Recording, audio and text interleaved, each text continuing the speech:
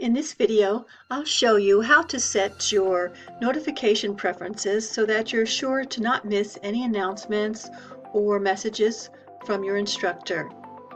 Also, I'll show you how to change some of the settings on your account to make sure that you do have the correct time zone and the other notification information that is needed.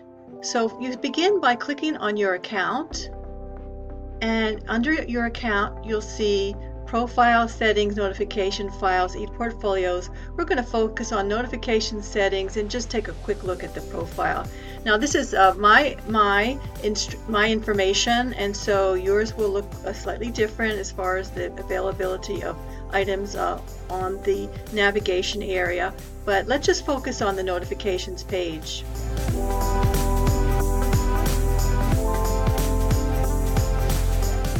When you come into the notification preferences page, there are lots of options, and you might want to just decide on some certain settings to start with, and then as you go along you can make changes. It's very easy to update your notification preferences. You have the option of being notified right away by email or a text message on your cell phone, or what's called a push notification for all devices. And so you have the option of being notified right away, or a daily summary, or a weekly summary, or do not send me anything. And so you need to decide, but for me as an instructor, I don't need to be sent due dates and grading policies, that type of thing. But as a student, you may want to choose to be notified a daily summary.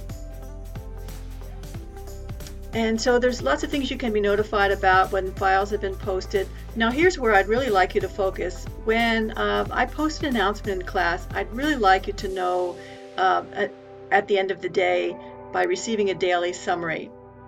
And you can decide. I had taken off all of these cell notifications because it was too much as far as the number of notifications I was receiving. So I just have don't send me anything, but I do prefer via email to receive a daily summary of announcements that I've created, and I think the students should do the same thing. You might want to also be alerted right away when grades have been posted. Any invitations that you receive. I also like to be notified when students have made a comment on their submissions. Discussions, since the discussions are very active in our class, probably don't really want to keep being notified of a new discussion post, but I do like for myself to receive a daily summary so I can just kind of keep track of how active our discussions are.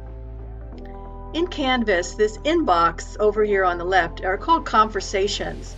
And so I like to know when a student has sent me a conversation. I think you should do the same. I like a daily summary for that.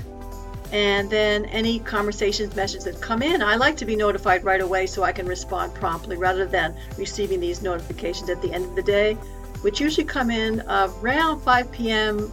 Pacific time. That's my time zone. So I do like to be notified right away, and you may like that as well. There are some calendar features that we have where students can sign up for appointments, that type of thing, which we don't use very often because usually we just prefer to email your instructor directly, but I do like to be notified right away, and any updates to the calendar. There's not much more on here that I think would be of interest, but I just wanted to make you aware that you do have the option of receiving email notifications and or notifications for your cell number. So I want to show you how you can establish what those correct settings should be. You click on Settings, and there's a variety of ways that you can set your ways to contact. I've put my work email address here, but if I had other email addresses I wanted to add, I would click here. I also have entered my cell phone number. So you can add, whether you want these pushed right away or whether you just want regular text messages. As far as your time zone, when you click on Edit Settings, you can decide. Now, one advantage of setting your own time zone is so that the due dates really work for your time zone. For example, for all students, the Sunday night time deadline for submitting work is 11:59 p.m. Mountain Time. So sometimes it's hard to convert that to your own personal time zone. So that's why I like to set my own Pacific time. So I know to deduct an hour from Mountain Time for Pacific time. So check out the time zone settings if that's something you think you'd like to set. And once you've done that, I think no, I guess there's not a save at the bottom of the page. I think once you click on update, that is equivalent to save. And the other things don't apply to students.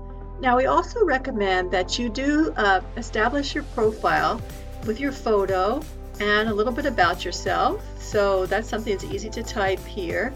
And if you have any external links to social media, for example, that you'd like us to know about, then you click on Save Profile. Okay, so that's a real quick look at some of the settings for Canvas so that you're always informed of the latest announcements, any conversation messages, which once again you would locate in your inbox, and other new developments in your course. So hopefully this is helpful. And one thing I wanted to show you as well is when you click on Help, you'll be linked to Canvas guides. Search the Canvas guides, and I have those usually displaying in the background because I always like to look things up to make sure I'm following all the proper procedures. So there is a student guide that's very helpful, and you can also, the steps that I've just gone through are all here listed in the Canvas guides. How to set your contact, how to set your notifications. So for example, if you're looking up a certain subject, like for example we were looking on things that we were looking at just now was on various settings here. So if you were to click on any one of these, for example, profile and user settings, how do you edit your profile? How do you add your picture? How do you add your contact methods? How do you set your notification preferences? And each one of these items brings up an illustrated guide. So it's a really great way to answer any questions that you might have about these features in Canvas. Okay, thanks for watching.